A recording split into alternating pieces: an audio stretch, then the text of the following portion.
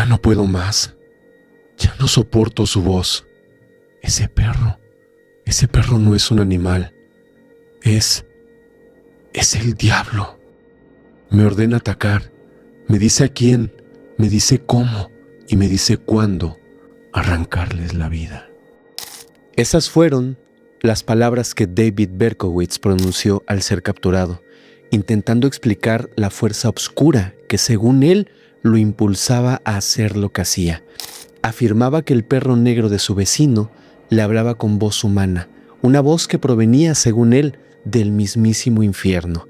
Antes de que la policía siquiera supiera su nombre o tuviera un rostro que mostrar a la ciudadanía, todos ya lo conocían en Nueva York como el hijo de Sam, el espectro que aterrorizaba las calles en el verano del 77. Sus ataques eran rápidos, eran letales. Se aproximaba sigilosamente a parejas que conversaban dentro de autos estacionados y, sin pensarlo, descargaba su calibre 44 contra ellos. Y así, de la nada, como llegó, se desvanecía en la oscuridad antes de que nadie pudiera reaccionar.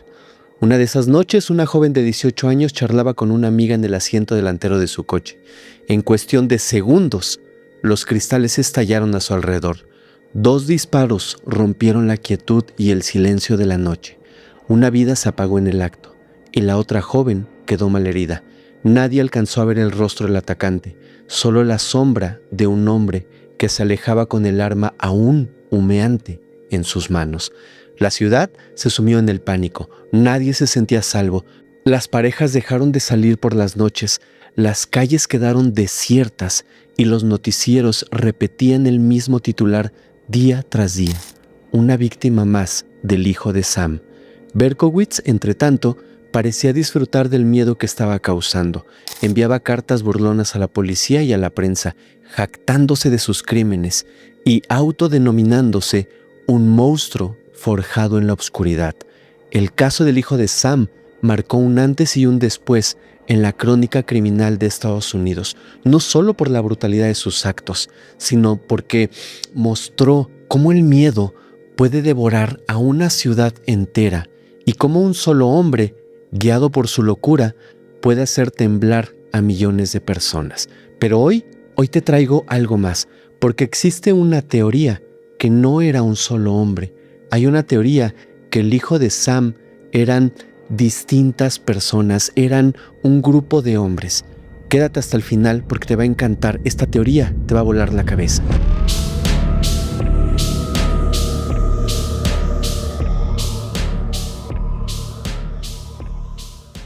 Bienvenidos a un nuevo capítulo de Historial Criminal. Si queremos comprender la oscuridad de un hombre como David Berkowitz, debemos mirar a su pasado y a esas heridas de la infancia. David nació el 1 de junio del año 1953 en Brooklyn, Nueva York, y al nacer recibió el nombre de Richard David Falcon. Era un bebé desafortunadamente no deseado. Su madre biológica, Betty Brother, había tenido una larga relación con un hombre casado que no quiso saber nada del niño y le aconsejó deshacerse de él. En lugar de hacer una locura, Betty decidió darlo en adopción a los pocos días de haber nacido. Así fue como un matrimonio judío de clase trabajadora, Nathan y Pearl Berkowitz, que no podían tener hijos, lo adoptaron y le dieron su apellido. Creció en un hogar lleno de amor, lleno de cuidados, pero ni siquiera ese entorno cariñoso bastó para borrar las heridas de su origen. Desde muy pequeño, David mostró signos de sentirse diferente, marcado por el abandono de sus padres biológicos, aún sin comprenderlo del todo. A los 7 años, David descubrió por pura casualidad unos documentos donde se enteró que era adoptado.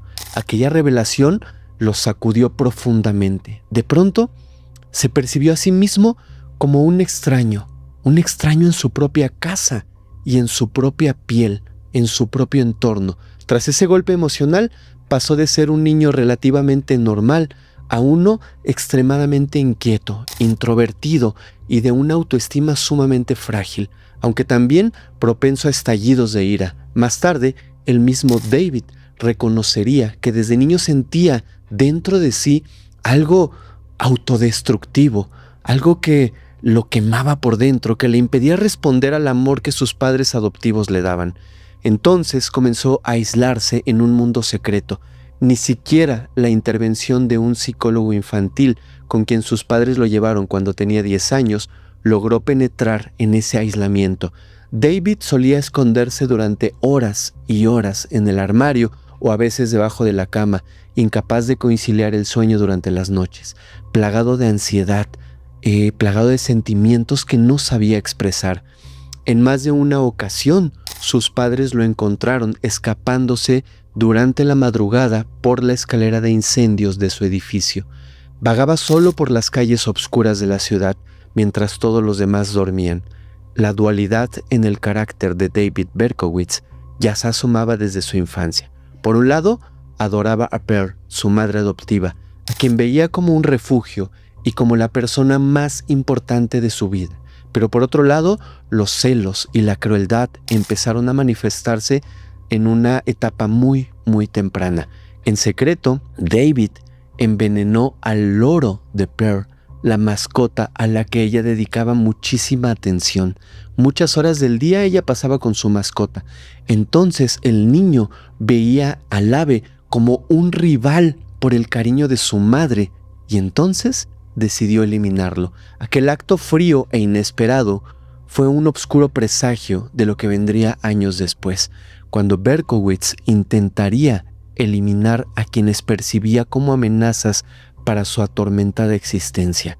Esta mezcla de amor y resentimiento, vulnerabilidad y brutalidad es clave para entender al hijo de Sam.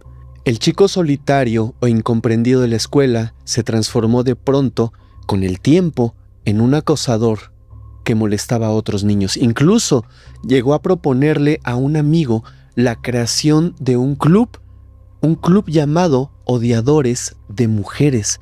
Era una ocurrencia infantil, pero escalofriante, que dejaba ver la misoginia en David, esa hostilidad hacia las mujeres que más adelante se convertiría en el sello atroz de sus crímenes.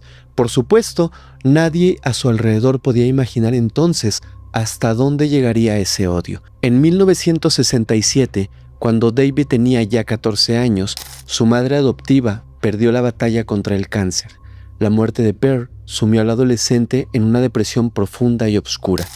La persona que lo mantenía anclado a la realidad y le ofrecía un refugio emocional simplemente había desaparecido. Nathan, su padre adoptivo, intentó seguir adelante. 4 años más tarde se casó nuevamente, pero David nunca aceptó a su madrastra y la convivencia familiar se empezó a volver tensa e insoportable para él, sintiendo que ya no tenía un lugar en ese hogar. A los 18 años, entonces, decidió unirse al ejército de los Estados Unidos. Aquel fue un punto de inflexión definitivo. La muerte de Pearl y la separación de la única familia que conocía terminaron de liberar la obscuridad que David llevaba tanto tiempo alimentando en su interior. En el año de 1971, con 18 años recién cumplidos, se alistó en el ejército buscando escapar de su vida vacía y quizás encontrarse a sí mismo. Pero en un giro irónico del destino, aquel entorno que tenía que moldearlo como un hombre de bien terminó adiestrándolo en la violencia. Fue asignado a una base en Corea del Sur, donde pasó algunos años. Durante su servicio, David se destacó como un tirador experto y aprendió minuciosamente el manejo y mantenimiento de armas de fuego. Estas habilidades adquiridas legítimamente en el ejército serían utilizadas más adelante con fines siniestros. En el año del 74, Berkowitz fue dado de baja honorablemente y regresó a su ciudad natal. Para entonces, su padre adoptivo, Nathan, se había mudado permanentemente a Florida con su nueva esposa, dejando a David completamente solo, sin ningún sistema de apoyo familiar. El regreso a Nueva York no tuvo nada de glorioso, no había familia esperándolo, no había futuro, no había una prometida, no había absolutamente nadie. David volvió como un vagabundo sin rumbo. Se instaló en distintos barrios del Bronx y de Yonkers, sobreviviendo con empleos temporales y además mal pagados. Trabajó como guardia de seguridad, trabajó como taxista y finalmente consiguió un puesto como un cartero nocturno. La noche se convirtió entonces en su aliada. En esas horas silenciosas y desiertas, Berkowitz encontraba una extraña paz. Al mismo tiempo, empezó a desarrollar una obsesión por el ocultismo y por la figura del diablo. Sin amigos cercanos, sin familia a quien acudir, fue sumergiéndose cada vez más y más en lecturas sobre temas satánicos y en sus propias fantasías obscuras. La soledad y el resentimiento seguían carcomiéndolo por dentro.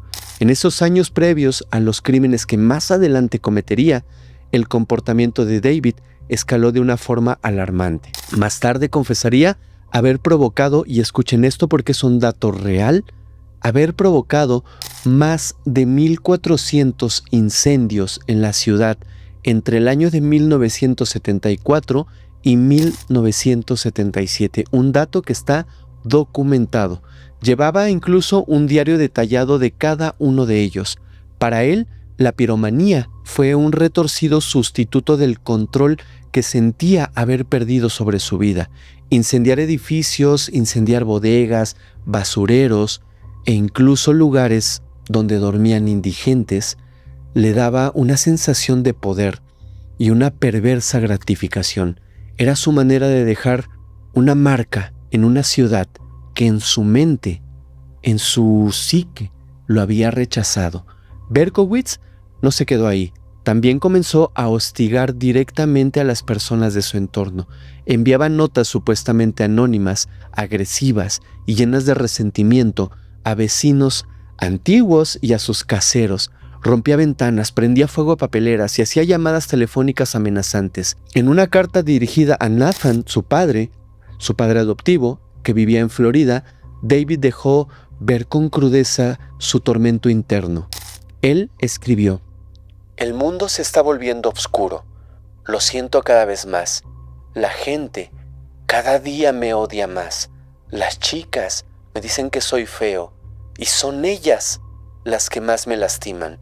Ese mensaje, fechado en noviembre del 75, nos da un vistazo desgarrador al estado mental que tenía. David se veía a sí mismo como un hombre rechazado, pero rechazado especialmente por las mujeres, hacia quienes su ira seguía creciendo poco a poco.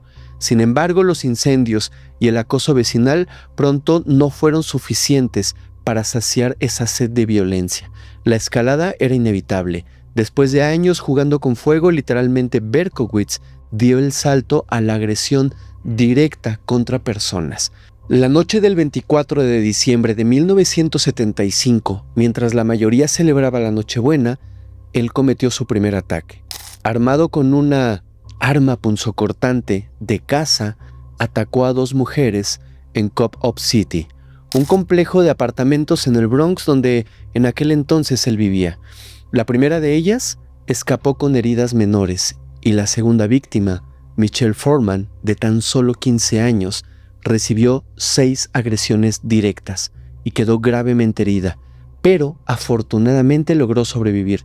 Aquel intento fallido fue un punto de inflexión. David descubrió que el arma punzocortante no era lo suficientemente efectiva para cumplir su propósito. Si quería arrebatar vidas, necesitaría un método más rápido y certero. Recordó entonces sus días en el ejército. Ahí había aprendido a usar armas de fuego con maestría. Decidió que su nueva compañera sería entonces una arma de fuego. Abandonó el arma punzocortante y buscó algo más letal. Poco después adquirió un revólver calibre 44. Hay que decirlo, un arma poderosa y de gran calibre, inusual entre los delincuentes comunes. Con ese revólver en mano, David Berkowitz estaba listo para dar rienda suelta a ese monstruo, a ese ser que le pedía salir, a ese ser que llevaba adentro. El 29 de julio de 1976 cayó sobre Nueva York como una noche pesada y bochornosa de verano. En el barrio de Pelham Bay, en el Bronx, la quietud de la madrugada se rompió de golpe con el estampido, con el ruido de varios disparos. David Berkowitz había salido de cacería. Con frialdad, descargó 5 balas de su calibre 44 contra un automóvil estacionado en la calle. Dentro del coche se encontraban 2 amigas que charlaban tranquilamente después de una salida nocturna.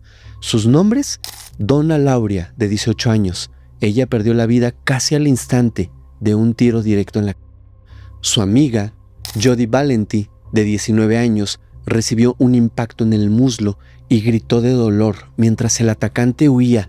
Berkowitz se alejó caminando con calma, como si nada hubiera pasado, dejando a su paso a una joven sin vida y a una más herida y aterrorizada.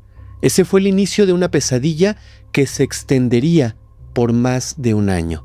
Apenas un mes más tarde, el 23 de octubre de 1976, volvió a atacar. Esta vez ocurrió en una zona residencial de Queens. Carl Denaro y Rosemary Kennan estaban sentados en el coche de Rosemary cuando de repente el cristal trasero estalló en 1000 pedazos.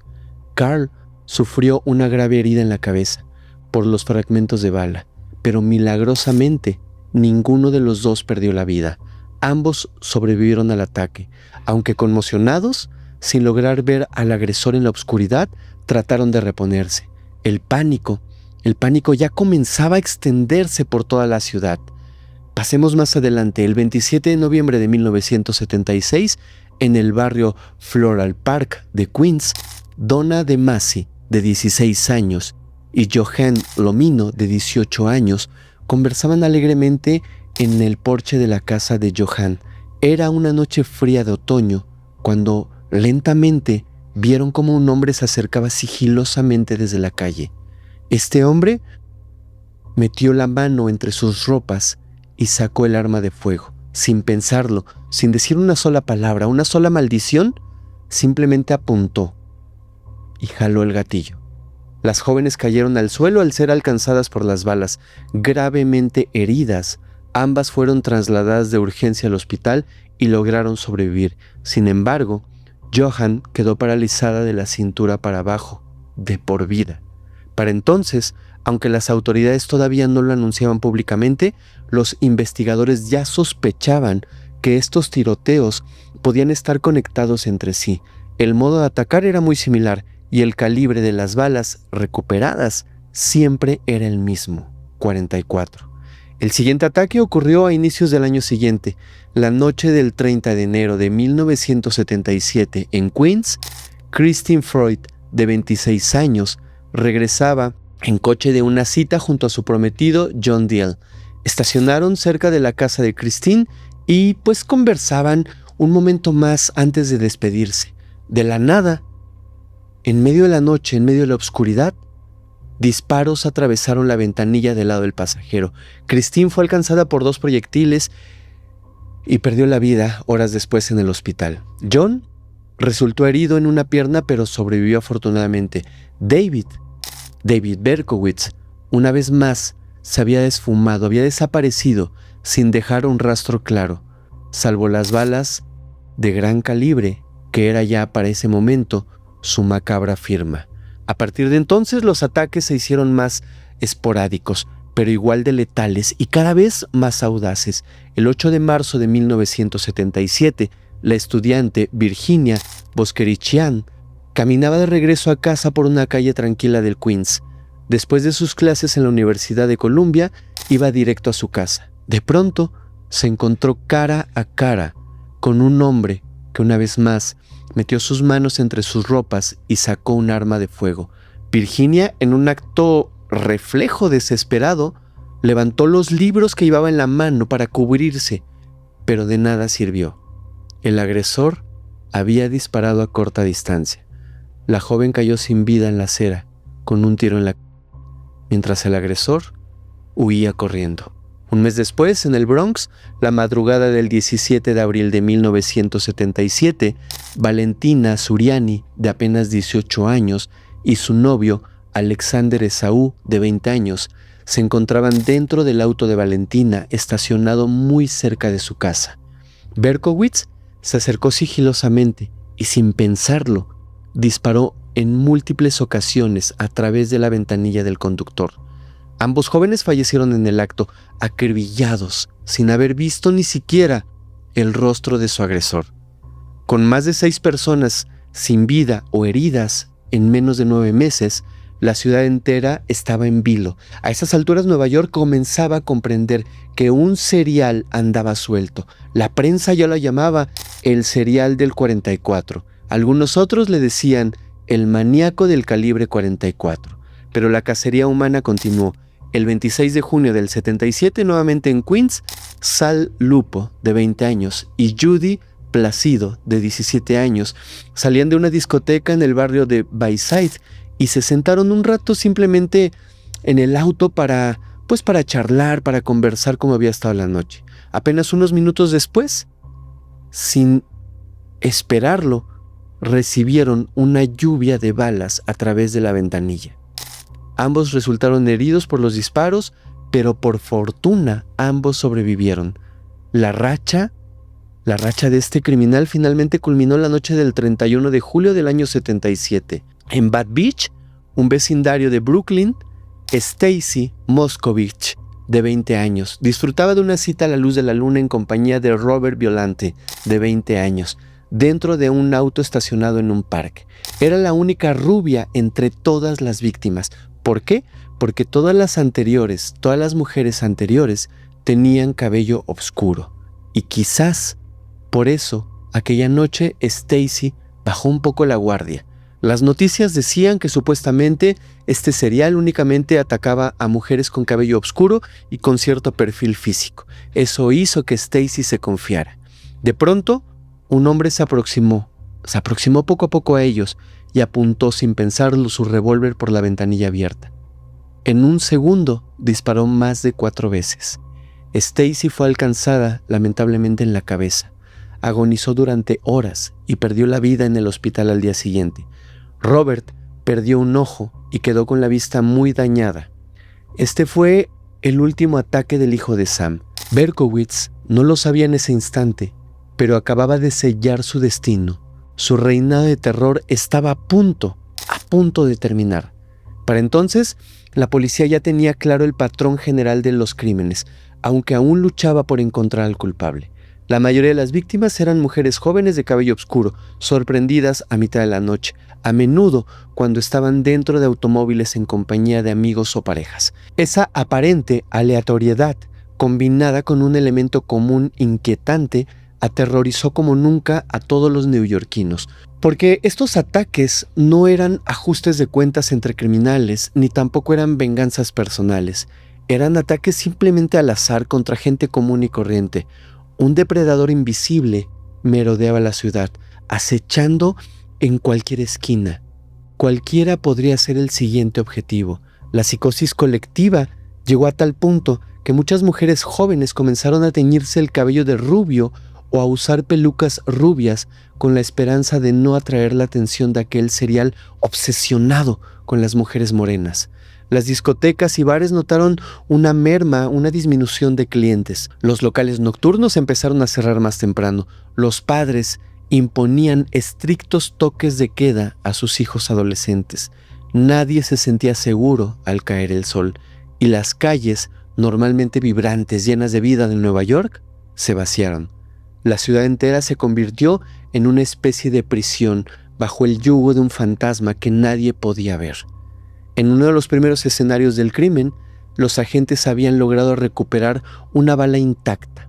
Aquella evidencia balística permitió determinar que el arma utilizada era sin duda un revólver calibre 44. Se trataba de un calibre inusual para delitos callejeros, ya que es un arma muy pesada, con un retroceso fuerte y no tan fácil de conseguir, y también no tan fácil de manejar. Ese detalle llevó a que la prensa lo apodara el serial del calibre 44, antes incluso de que se conociera el apodo que él mismo se daría. A pesar de contar con esa pista sobre el arma, la investigación avanzaba lentamente, a tientas prácticamente. Con cada disparo impune, la presión sobre la policía aumentaba, al igual que la histeria colectiva. Todos se hacían la misma pregunta: ¿quién estaba detrás de esos crímenes horrendos? ¿Y cuándo volvería a atacar. Tras meses de crímenes a oscuras, el criminal decidió dar un paso al frente y presentarse ante la ciudad. Lo hizo de la manera más escalofriante posible, mediante cartas dirigidas a la policía y a la prensa en las que se recreaba en su propia monstruosidad. En la escena del doble crimen de Valentina Suriani y Alexander Esaú, ocurrido el 17 de abril de 1977 en el Bronx, los investigadores descubrieron una nota que cambiaría el rumbo del caso. Era una carta escrita a mano, con trazos temblorosos, llena de frases erráticas, sin sentido. Estaba dirigida al capitán Joseph Borrelli, quien encabezaba la Operación Omega. ¿Qué era la Operación Omega? Era el equipo especial de policía dedicado a atrapar a David Berkowitz. Obviamente no sabían que estaban buscando a David Berkowitz, pero habían hecho este batallón o este grupo especial de operación llamado Omega únicamente para cazar a este serial. Por primera vez, el criminal se daba a conocer con una identidad propia. En la carta se autodenominaba un monstruo y mencionaba a un misterioso padre Sam. Él decía que esta persona, o lo que se creía en ese momento una persona, que no lo era, le ordenaba arrancar vidas. El padre Sam. Al final del mensaje, estampó un nombre que heló la sangre de los detectives. Se hizo llamar por primera vez el hijo de Sam.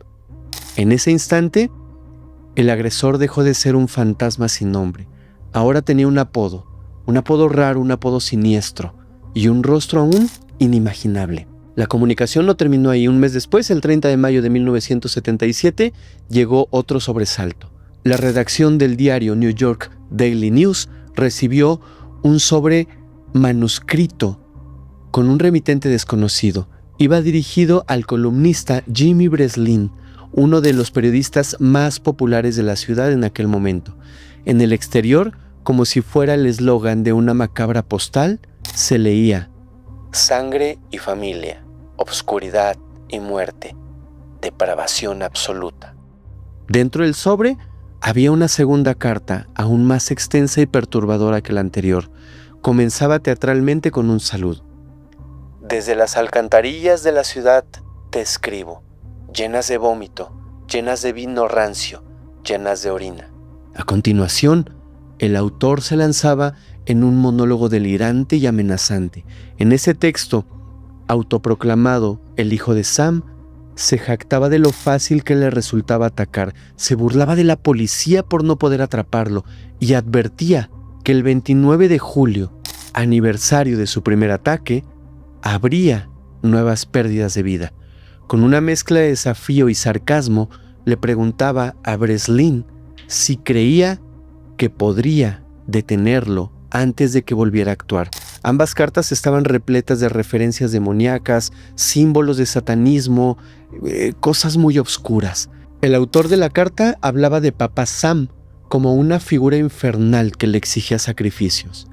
En la carta a Breslin prometía que si alguna vez lograban encontrarse cara a cara, le presentaría a Sam el Terrible. Firmó de nuevo como el hijo de Sam, acompañando la firma con una especie de logotipo o garabato, unos símbolos crípticos dibujados en tinta que parecían la marca personal de un demonio. Todo indicaba que este criminal no solo quería aterrorizar con sus balas, sino también con sus palabras y con su escritura. Y de verdad lo estaba consiguiendo. Cada palabra escrita con faltas de ortografía y dibujitos siniestros eran analizados al detalle en busca de pistas, mientras él se regodeaba en el anonimato. Las cartas eran, en el fondo, el diario de un depredador que disfrutaba jugar al gato y al ratón con toda la ciudad prácticamente. Incluso llegó a incluir en su segunda misiva una lista desconcertante de apodos y supuestos grupos. Mencionó, por ejemplo, a el Duque de la Muerte, un apodo del cual él hacía referencia como si estuviera trabajando en estos crímenes en conjunto con otra o con otras personas. también mencionó a los 22 discípulos del infierno. Hacía referencia a que más personas estaban con él. No se supo si en algún momento realmente perteneció a alguna secta, si conocía y trabajaba en estos crímenes con más personas, o solamente lo hacía para despistar a los investigadores, como tratando de hacerlos creer que existía una red de seriales operando tras él. Aquello sumó más confusión al caso y alimentó las conjeturas más disparatadas. Quizás lo más sorprendente de todo es cómo la narrativa de la posesión demoníaca que Berkowitz ofreció en sus cartas caló hondo en la imaginación colectiva. De pronto, la gente podía creer que este hombre realmente estuviera controlado por fuerzas satánicas, porque esa explicación resultaba casi más tranquilizadora que pensar que un vecino común y corriente era capaz de tanta maldad por sí solo. David afirmó, tanto en sus cartas como en los primeros interrogatorios después de su captura, que un demonio que habitaba en el perro de su vecino, un labrador negro llamado Harvey, mascota precisamente de un hombre llamado Sam Carr, le hablaba y le ordenaba arrancarle la vida a otras personas. Muchos aceptaron esa historia al pie de la letra en un principio, difundiendo la idea de que Berkowitz estaba literalmente poseído por el demonio. Sin embargo, años después, el propio Berkowitz admitiría que todo eso de los demonios fue solamente una gran mentira.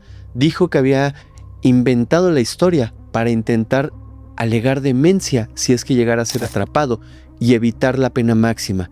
El hecho de que elaborara una farsa tan compleja nos sugiere que Berkowitz buscaba de algún modo una justificación casi mística para sus actos, o al menos una coartada que lo hiciera parecer menos responsable de sus crímenes.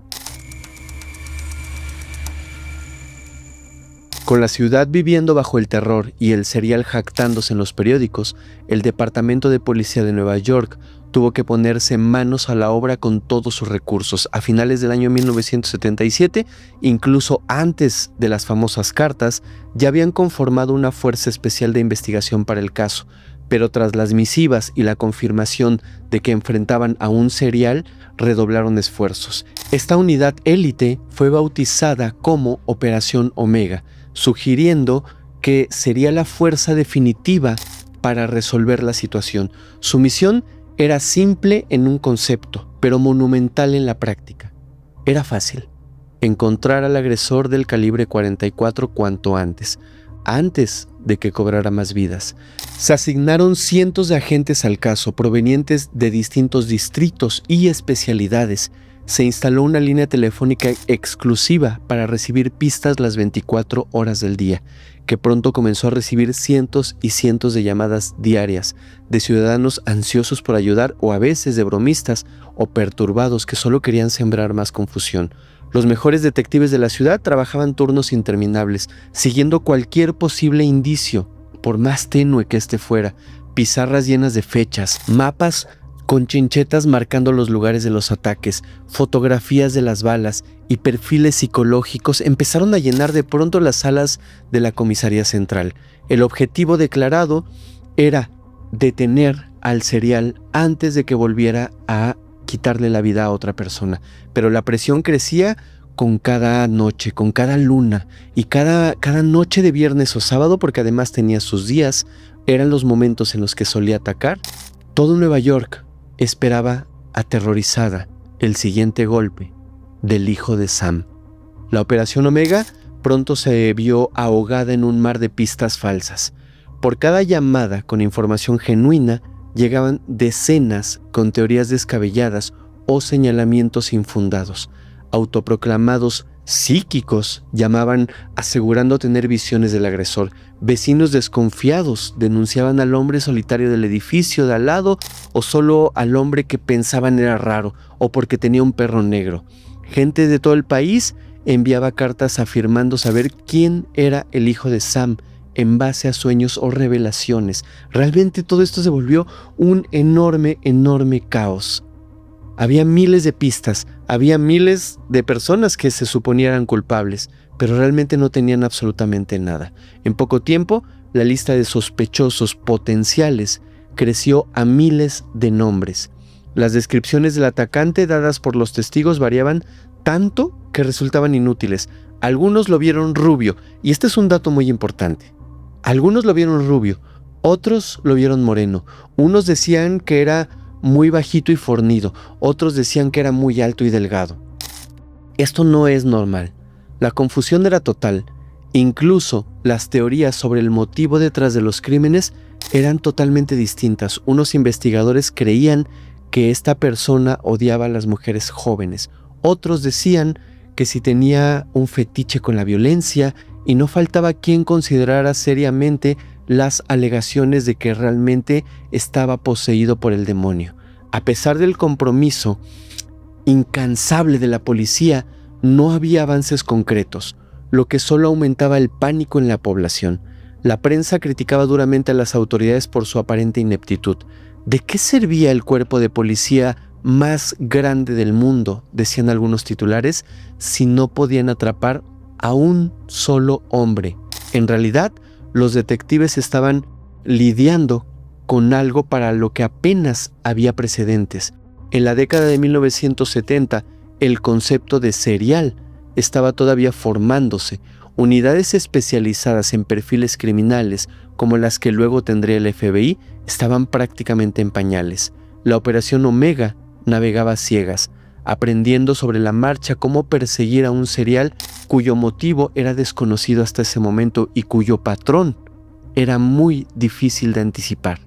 Conforme avanzaba el verano de 1977, la frustración llevó a la policía a volver a lo básico. Dejaron un poco de lado las teorías sofisticadas y se enfocaron en detalles concretos y prácticos. Revisaron nuevamente cada evidencia física, cada reporte vecinal no seguido, cada expediente de personas con armas registradas calibre 44 en la ciudad. Empezaron a buscar esa aguja en el pajar que quizás hubiera pasado desapercibida en medio de tanto ruido, de tanto alboroto.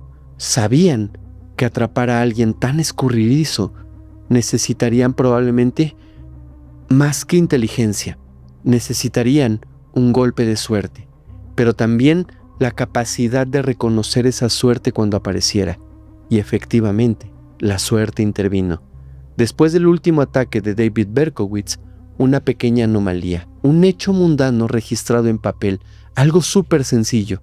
Eso resultó ser el cabo suelto que la policía necesitaba para desenredar toda esta madeja de misterios. La noche del 31 de julio de 1977, cuando Stacy Moskowitz fue atacada, el pánico en la ciudad alcanzó su pico más alto. Los días siguientes fueron caóticos. La prensa estaba volcada en el caso como nunca antes, y la ciudadanía exigía resultados inmediatos.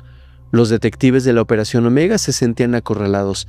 Temían que si no atrapaban pronto a este criminal, este simplemente desaparecería o peor aún, continuaría atacando indefinidamente. Pero el destino tenía otros planes.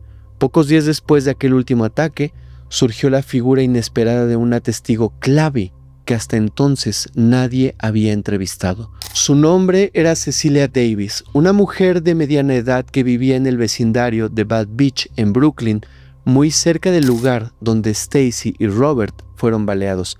La noche del crimen, Cecilia había salido a pasear a su perrito, aprovechando el aire más fresco de la medianoche tras un día extremadamente caluroso. Mientras caminaba por la acera, a unas cuadras del lugar del tiroteo, vio algo que le llamó la atención. Un hombre joven, de aspecto extraño, estaba merodeando cerca de un coche que estaba mal estacionado frente a una boca de bomberos. El hombre tenía el pelo oscuro y rizado y vestía ropas descuidadas. Lo que más incomodó a Cecilia fue la forma en que aquel hombre, aquel sujeto, volteó de pronto y la miró directo a los ojos. Se quedaron unos segundos quietos, mirándose fijamente a la distancia, él, ella y el perro. Cecilia sintió un escalofrío. Algo en la mirada de ese desconocido no estaba bien. Algo sentía cuando lo miró, algo que la asustó. El hombre entonces se dio media vuelta apresuradamente y se alejó calle abajo. Confundida, Cecilia siguió su camino, pero apenas unos instantes después, unos segundos después de haber visto a este hombre, escuchó disparos resonando en la noche, no muy lejos de donde ella estaba. Asustada, regresó corriendo a su casa con su perro sin comprender qué estaba sucediendo, enterándose a la mañana siguiente por las noticias del trágico ataque ocurrido cerca de ahí. Durante algunos días, Cecilia dudó si lo que había visto tendría alguna importancia o relevancia, pero al final decidió tomar la decisión correcta: informar a la policía. Su testimonio llegó a oídos de los detectives de la Operación Omega y fue como una pequeña luz en la oscuridad. No identificaba directamente al atacante, pero aportaba un detalle concreto. Había un coche estacionado ilegalmente muy cerca de la escena del crimen y un hombre sospechoso rondando ese coche momentos antes del tiroteo. Esa pista, en medio de miles y miles de datos, sonó sorprendentemente tangible. Los investigadores se dieron cuenta de que nunca habían prestado atención a algo tan simple como las multas de estacionamiento en las zonas y en las horas del crimen. Decidieron probar suerte. Solicitaron al Departamento de Tránsito todos los registros de tickets estacionados emitidos en la zona de Bad Beach la noche del 31 de julio. El resultado fue inmediato y decisivo. Solo una infracción de estacionamiento se había registrado en ese lugar con esa fecha. El vehículo infractor, un Ford Galaxy color amarillo, que había sido multado por aparcar frente a una boca de incendios justamente la noche del ataque de Stacy Moskowitz. El automóvil estaba registrado a nombre de David Berkowitz, con dirección en Fine Street, Yonkers.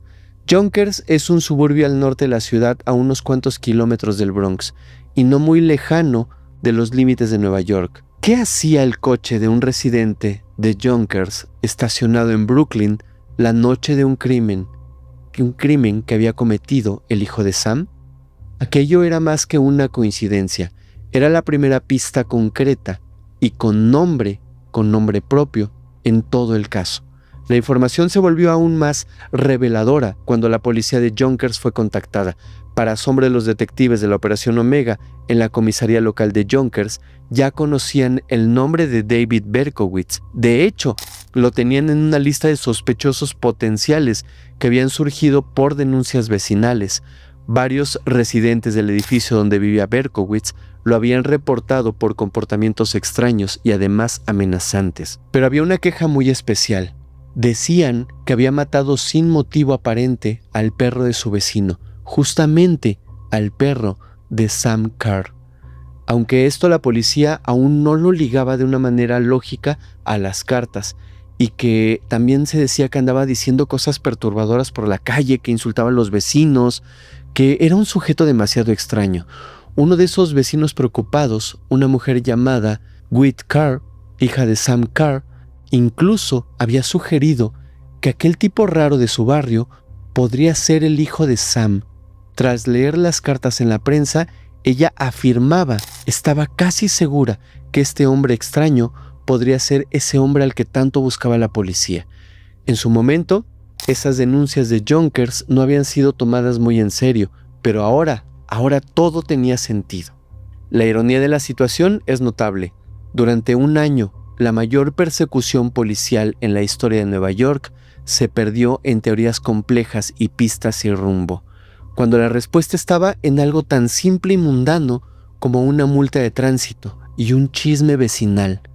Sin restar mérito al intenso trabajo de los detectives, se puede decir que el caso se resolvió gracias a una combinación de tenacidad y atención al detalle, aderezada con un poco de suerte. Aquella multa de tránsito que un agente rutinariamente colocó en el parabrisas de un coche mal estacionado resultó ser el eslabón perdido que unió absolutamente todos los puntos de la investigación.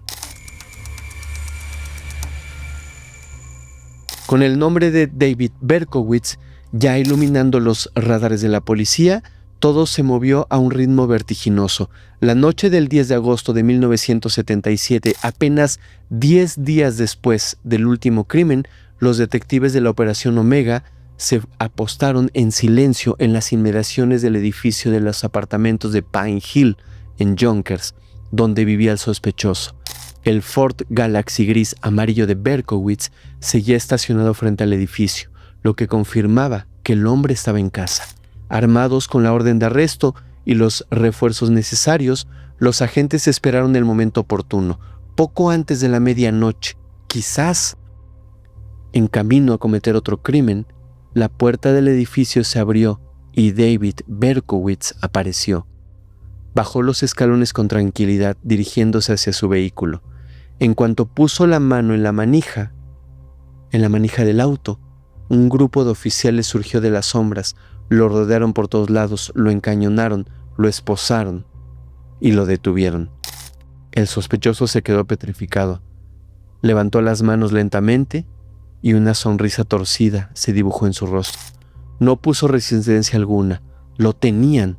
Después de un año de terror, el hombre detrás del mito al fin estaba bajo custodia policial. Al registrarse el automóvil de David Berkowitz, la policía encontró en el asiento trasero un rifle semiautomático, cargado y listo para usarse, y dentro de una bolsa de papel color café hallaron un revólver calibre 44 que había sido utilizado en prácticamente todos los tiroteos del hijo de Sam. Era la pistola homicida que tanto habían buscado. Los agentes apenas podían creer lo rápido que al final se había resuelto todo, y en medio de esa tensión contenida, Berkowitz rompió el silencio con una frase que pasaría a la historia.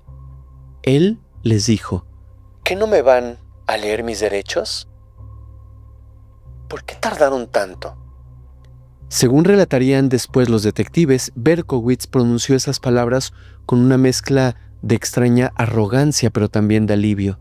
Era como si se burlara de ellos, reprochándoles tardar tanto en encontrarlo y atraparlo. Pero al mismo tiempo esos ojos vacíos dejaban entrever que en el fondo él mismo deseaba que el juego terminara. Uno de los oficiales recordó que en el momento de ponerle las esposas, Berkowitz suspiró y casi parecía relajarse, como si se hubiera quitado por fin un peso de encima. Una vez en la comisaría, la confesión de David Berkowitz fue casi inmediata y sin rodeos. Durante el interrogatorio admitió todos y cada uno de los crímenes.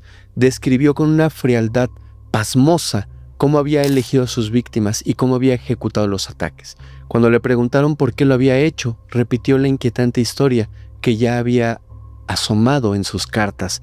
Dijo que un demonio, hablando a través del perro de su vecino Sam Carr, le había ordenado cometer los crímenes. Mantuvo en esos primeros momentos su coartada sobrenatural. La policía, aunque escépticos, tomaron nota de todo. Al registrar el departamento de Berkowitz en Yonkers, las autoridades encontraron una escena perturbadora.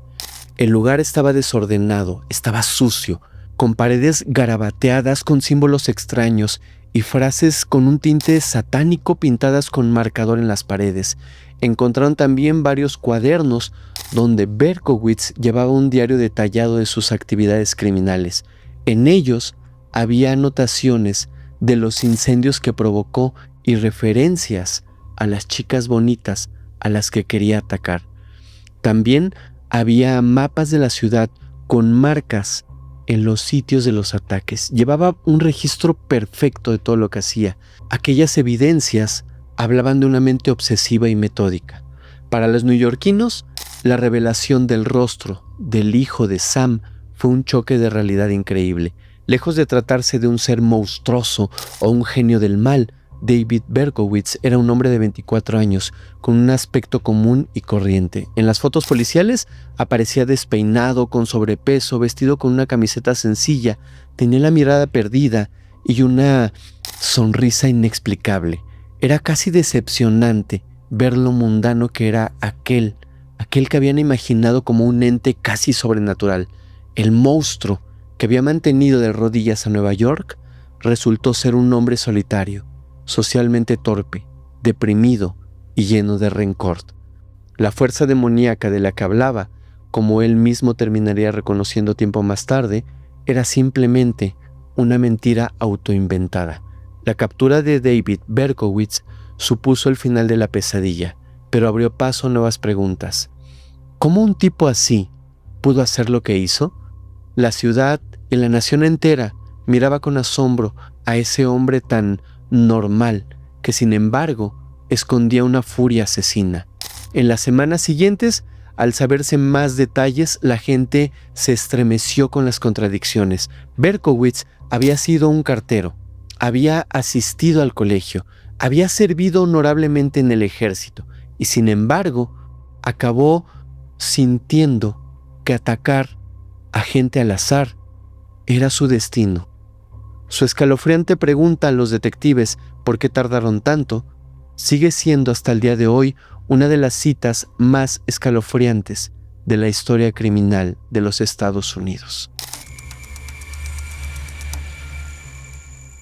Resuelto el quién, quedaba el por qué.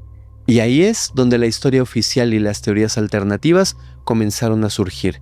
Según la versión aceptada por la justicia, Berkowitz fue el único responsable de los crímenes del hijo de Sam. Actuó solo, impulsado por sus propios demonios internos, y fue justamente capturado y condenado. Pero, con el paso de los años, una teoría obscura y polémica ha intentado reescribir esta historia. Todo comenzó a inicios de la década de 1990, cuando Berkowitz llevaba ya más de una década tras las rejas. Años después de su confesión inicial, David decidió cambiar partes claves de su relato. En 1993 concedió una entrevista televisiva y también empezó a comunicarse con algunos investigadores privados.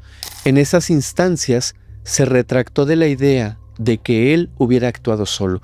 Afirmó que en realidad había sido parte de un culto satánico y que los crímenes del hijo de Sam no fueron obra de un único hombre, sino de todo un grupo organizado, adoradores además del diablo. Recordemos que hace un rato les conté que algunas de las víctimas que lograron sobrevivir veían o describían algunos a un hombre pequeño, fornido y moreno, otros decían que era un hombre muy alto y delgado.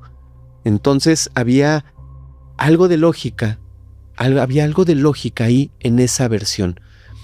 Y según esta nueva versión de Berkowitz, él no disparó en todos los ataques. Detalló que pertenecía a una secta oculta que realizaba rituales y estaba involucrada en delitos. Dijo que algunos miembros de este grupo lo ayudaron con la planificación y ejecución de los tiroteos. En particular, señaló a dos individuos, John Carr y Michael Carr, nada menos que los hijos de Sam Carr. Sam Carr era el dueño, recordemos, del perro que supuestamente hablaba y le ordenaba a Berkowitz qué hacer. David identificó a los hermanos Carr como sus cómplices directos, refiriéndose a ellos como los verdaderos hijos de Sam. Aseguró que John, Michael y otros integrantes del culto estuvieron presentes en varios de los ataques. Unos hacían de vigilantes, otros conducían el coche para huir e incluso insinuó que en algunos de los ataques él no fue quien apretó el gatillo, sino que lo hizo alguno de los hermanos. También mencionó que la secta a la que pertenecían estaba conectada con prácticas de sacrificios animales, tráfico de sustancias y otros crímenes en diferentes estados del país. Estas declaraciones sonaban extravagantes y escalofriantes a la vez. ¿Y si el hijo de Sam había sido en realidad una red de seriales operando bajo la fachada de un único agresor? Muchos descartaron de inmediato estas historias como intentos de Berkowitz para minimizar su responsabilidad o llamar de nuevo la atención. Pero hubo alguien que escuchó con suma seriedad estas declaraciones. Maury Terry, un periodista neoyorquino que ya llevaba tiempo obsesionado con este caso. Terry llevaba años investigando por su cuenta ciertas inconsistencias, pero también coincidencias extrañas relacionadas con los ataques. Por ejemplo, él había notado que una de las cartas del hijo de Sam se mencionaba a John Wittis y resultó que el apodo de John Carr en círculos cercanos de amigos era Wittis. También se descubrió que John Carr había perdido la vida en 1978 en lo que se dictaminó como una autolesión por arma de fuego, y Michael Carr falleció en el 79 en un misterioso accidente automovilístico. Para Maury Terry eran muchas coincidencias juntas. Cuando Berkowitz afirmó públicamente que no actuó solo, Maury encontró las piezas centrales de su rompecabezas. Convencido de que había dicho la verdad, dedicó años de su vida a investigar a fondo las supuestas sectas detrás de los crímenes. En el año de 1987 publicó un extenso libro titulado El mal definitivo, en el que exponía sus hallazgos. Terry sostenía que los ataques del hijo de Sam estaban vinculados a una secta satánica nacional. Incluso insinuó conexiones con una rama de la Iglesia del Proceso, un culto que veneraba a Satanás y que supuestamente también influenció a Charles Manson. ¿Se imaginan lo grande que es esta teoría? Dos de los seriales más grandes de la historia. Bueno, corrijo, Manson no era un serial, pero era un loco desequilibrado que influía en la mente de otras personas para que le quitaran la vida a otras personas. Sin embargo, David Berkowitz sí lo era. ¿Se imaginan? Dos de los criminales más grandes de la historia de Estados Unidos, de los más temibles, influenciados por una misma línea. Según Terry, Berkowitz era solo una pieza de un rompecabezas mucho mayor de crímenes y rituales obscuros ocurridos en diversas partes del país. Esto nos llevaría a hacer un análisis más profundo. Si realmente existió esta secta, si realmente esta iglesia, esta adoración a Satanás había influido en Charles Manson, se había influido también en David Berkowitz, ¿qué nos hace pensar que no influyó en otros seriales de la época? Porque si ustedes recuerdan, hay una época en Estados Unidos donde se desataron seriales por todo el país y ocurre dentro de los mismos años o dentro de las mismas décadas. Es probable que si hacemos un análisis podamos encontrar muchísimas coincidencias. La teoría de Terry llegó en un momento muy peculiar de la cultura americana, la segunda mitad de los años 80, cuando en Estados Unidos se vivía el fenómeno conocido como el pánico satánico. Era una época en que mucha gente creía que sectas satánicas secretas estaban infiltradas en la sociedad y quizás no estaban tan equivocados. En ese clima, la idea de que el caso del hijo de Sam fuese la punta del iceberg de una conspiración demoníaca resonó fuertemente con ciertos sectores del público. Para muchos era de hecho más fácil de aceptar eso que pensar que un solo joven cartero había sido capaz de causar tanto dolor sin ayuda. Preferían creer que una compleja conspiración había hecho todo esto, quizás porque eso hacía los crímenes más entendibles dentro de una narrativa de el bien contra el mal en vez de la aterradora simplicidad de un atacante solitario. Maury Terry logró que su teoría tuviera eco. Dio entrevistas, participó en documentales e incluso presionó para que las investigaciones oficiales se reabrieran. Sin embargo, la gran mayoría de las autoridades y periodistas que habían seguido el caso se mantuvieron escépticos. Revisaron detenidamente las afirmaciones de Terry y las nuevas afirmaciones de Berkowitz, pero no hallaron evidencia sólida que confirmara la existencia de ese culto homicida. La policía de Nueva York, tras evaluar lo presentado, concluyó que no había bases suficientes para creer que había otros tiradores involucrados. Berkowitz, por su parte, aunque mantuvo durante un tiempo su historia del culto, nunca dio información verificable que permitiera acusar formalmente a ninguna otra persona. A pesar de que la teoría del culto satánico fue oficialmente desmentida, hasta el día de hoy sigue habiendo quienes la sostienen. En algunas ocasiones afirmó que todo lo del culto había sido un invento suyo. En otras insinuó que en verdad sí hubo otros implicados, pero que él no diría más por miedo o por no perjudicar a ciertas familias. Esta ambigüedad le permitió a Berkowitz, en cierto sentido, reescribir su narrativa personal más de una vez, sembrando dudas y manteniendo vivo el morbo alrededor de su figura. Ahora, yo les pregunto esto. ¿Ustedes qué creen? ¿Creen que realmente había más personas involucradas en estos crímenes? Hagamos recuento rápido de lo que ya platicamos en este blog. Ocasionó más de 1,400 incendios. había personas sobrevivientes que lo describieron de alguna manera pequeño, moreno, cabello oscuro, y otros sobrevivientes lo describían alto, rubio y delgado. Otros sobrevivientes describían a Sam Berkowitz alto, cabello rizado, blanco.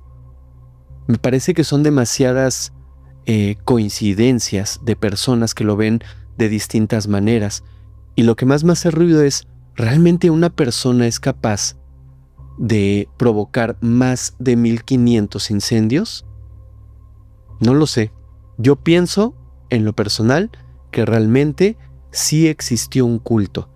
El mismo David Berkowitz en algún momento de su vida dijo que tenía miedo de declarar quiénes eran esas otras personas, ya que eran familias poderosas y su vida podría estar en riesgo. Recuerden que al día de hoy, David Berkowitz sigue vivo. Tras su arresto, David Berkowitz tuvo que enfrentar las consecuencias legales de su ola de crímenes. Pasó por exámenes psiquiátricos que determinaron que, a pesar de sus declaraciones extravagantes, era mentalmente competente para ser procesado. Así que en el año de 1978, evitando un largo juicio público, Berkowitz se declaró culpable de 6 crímenes y 7 tentativas que se le imputaban. En varias audiencias breves reconoció su responsabilidad. No mostró gran emoción ni arrepentimiento visible en la corte. Incluso, en un momento interrumpió al juez para gritar que era un ángel caído convertido en un demonio, aunque enseguida sus propios abogados le dijeron y le pidieron que se callara. El 12 de junio del año de 1978, el juez sentenció por fin a David Berkowitz a 6 cadenas perpetuas consecutivas. Con 25 años de edad, Berkowitz fue enviado a la prisión estatal de Ática, una cárcel de máxima seguridad tristemente famosa por un motín ocurrido años antes. Los primeros años de Berkowitz en prisión fueron, por su propio testimonio, un infierno en vida. Su caso había sido tan publicitado que muchos de sus compañeros de prisión lo reconocieron de inmediato y lo despreciaban. En el rígido código no escrito entre los presos, los atacantes de mujeres no ocupan precisamente un lugar de respeto. Tuvo que ser puesto en un régimen de protección por temporadas para evitar estos ataques hacia su persona. Aún así, no se salvó del todo. En el año del 79, mientras cumplía condena en la prisión de Clinton, un recluso lo atacó con una arma punzocortante y le dio directamente en la parte del cuello, de un lado a otro. Berkowitz sobrevivió de milagro a aquel intento por quitarle la vida. Necesitaron más de 50 puntos de sutura para cerrarle la herida, que le dejó una cicatriz horrible y permanente en el cuello. Tras estos hechos, las autoridades carcelarias lo trasladaron una vez más, intentando mantenerlo en secreto en diferentes prisiones para que pasara desapercibido. En el año de 1987, 10 años después de su captura, Berkowitz envió una carta a un canal de televisión desde la prisión anunciando que había encontrado la fe religiosa, como sucede en muchos de estos casos con estos seriales. Después de cometer sus atroces actos, se refugian en la religión. Aseguró haberse convertido al cristianismo evangélico tras años de reflexión y remordimiento. En esa carta decía que renunciaba a su antiguo alias maligno y ahora se presentaba con un nuevo apodo. De ahí en adelante quería ser conocido como el Hijo de la Esperanza, en lugar de ser el Hijo de Sam. A lo largo de los años 90 y cercano a los 2000, Berkowitz fue convirtiéndose en un modelo de preso rehabilitado. Según la versión de las autoridades penitenciarias, era prácticamente el preso modelo. Fue transferido a la prisión de Shawangung en el estado de Nueva York y ahí comenzó a participar activamente en grupos religiosos. Luego a ser asistente del capellán en la cárcel, ayudando con los servicios religiosos, cantando himnos y orando junto a otros reclusos. Empezó a escribir textos y reflexiones sobre su fe, sobre el arrepentimiento y el perdón que estaba buscando. Escribió también ensayos con títulos como Mi camino hacia Dios y cartas abiertas en la que pedía disculpas a las víctimas, aunque muchas de estas nunca las enviaron a los familiares, obviamente por considerarlas inapropiadas. Un grupo de voluntarios cristianos de fuera de la prisión creó un sitio web dedicado a David Berkowitz, donde publicaban sus escritos espirituales y sus testimonios. Sorprendentemente, ese sitio, que aún existe al día de hoy, ha recibido miles de visitas y de personas que de alguna manera encuentran consuelo o inspiración en las palabras de un antiguo serial arrepentido. Pero quizás el acto más sincero o llamativo de esta nueva etapa de Berkowitz fue su postura respecto a la liberación condicional. Por ley, una condena a cadena perpetua en Nueva York puede empezar a solicitar audiencias de libertad condicional tras cumplir 25 años de prisión efectiva. En el caso de Berkowitz, esa fecha llegó en el año 2002. Sin embargo, David sorprendió a todos al anunciar que no tenía intención de salir de prisión. Escribió una carta a la Junta de Libertad Condicional indicando que renunciaba explícitamente a cualquier petición de libertad. En entrevistas posteriores, mediante cartas, ya que raras veces ha aceptado hablar en cámaras, explicó sus razones. Siente que merece permanecer encarcelado de por vida para pagar por lo que hizo. Dijo entender que el dolor que causó a las familias es imborrable y que lo último que desea es revictimizarlas con la noticia de su posible salida. Durante muchos años mantuvo esa postura con coherencia. Cada 2 años, como es protocolo, la Junta de Libertad Condicional de Nueva York revisaba su caso y le negaba la libertad. Berkowitz repetía que no deseaba salir, que estaba donde debía de estar, donde él quería estar. La sinceridad de la conversión religiosa de Berkowitz y de su arrepentimiento sigue siendo materia de debate. Hay quienes creen que verdaderamente encontró la fe y se arrepintió genuinamente de lo que hizo. Señalan que nunca ha intentado lucrar con su historia y que en efecto ha rechazado su propia libertad. Otros piensan pues que se trata de la última y más astuta máscara de un sociópata, una estrategia para buscar redención pública sin poder obtenerla legal. Sea cual sea la verdad de su alma, lo cierto es que David Berkowitz, aquel joven que aterrorizó a Nueva York, envejeció en prisión, convertido en un hombre tranquilo y aparentemente piadoso. Hoy, con más de 75 años de edad, porque en efecto hoy sigue vivo, está cumpliendo su condena detrás de los muros, leyendo la Biblia, escribiendo reflexiones y manteniéndose al margen del foco público.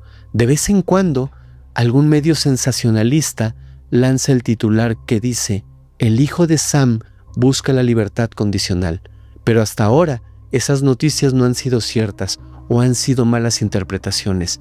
El mismo Berkowitz ha aclarado en sus cartas que no tiene ninguna intención de volver a salir. Considera que su misión ahora está dentro de la cárcel. Así, amigos, llegamos al final del blog del día de hoy. Un caso donde un hombre aseguraba recibir órdenes de un perro que, según él, lo empujaba a cometer actos terribles durante la noche. Antes de irnos, te invito a suscribirte a Criminalmente y a dejar tus comentarios. Y algo muy importante que te quiero pedir en esta ocasión. Les quiero pedir a todos en esta ocasión. Me gustaría escuchar sus preguntas acerca de este caso o de cualquier otro caso que hayamos tratado en algún blog anterior. Les quiero también recomendar el blog anterior, que la verdad fue un blog muy especial para mí, muy sensible en la cuestión de la narrativa. Es un blog que tuve que parar en varias ocasiones porque honestamente, desde el corazón se los digo, hubo puntos donde me quebré y no pude continuar, y estoy hablando del blog de Las Muertas de Juárez. Me gustaría que también, si vieron ese blog y tienen alguna pregunta acerca de él, por favor déjenla en los comentarios de este blog, y en el siguiente voy a contestar tanto las preguntas del blog de Las Muertas de Juárez como las preguntas que hagan específicamente para este blog de El Hijo de Sam. Es para mí muy importante empezar a conocer su opinión y saber qué piensan acerca de los blogs, qué les gustaría que pusiéramos, qué temas les gustaría que tratáramos en un futuro. De verdad quiero darles gusto con esto que que ustedes me pongan en los comentarios. Entonces no olviden de dejarlo y voy a contestar solamente una de las preguntas que me llamó muchísimo la atención en el blog de las muertas de Juárez. Una persona que no recuerdo ahora su nombre porque solo leí el comentario, no es pregunta, es comentario, me dijo: ¿por qué no incluiste el caso de esta chica y de esta chica?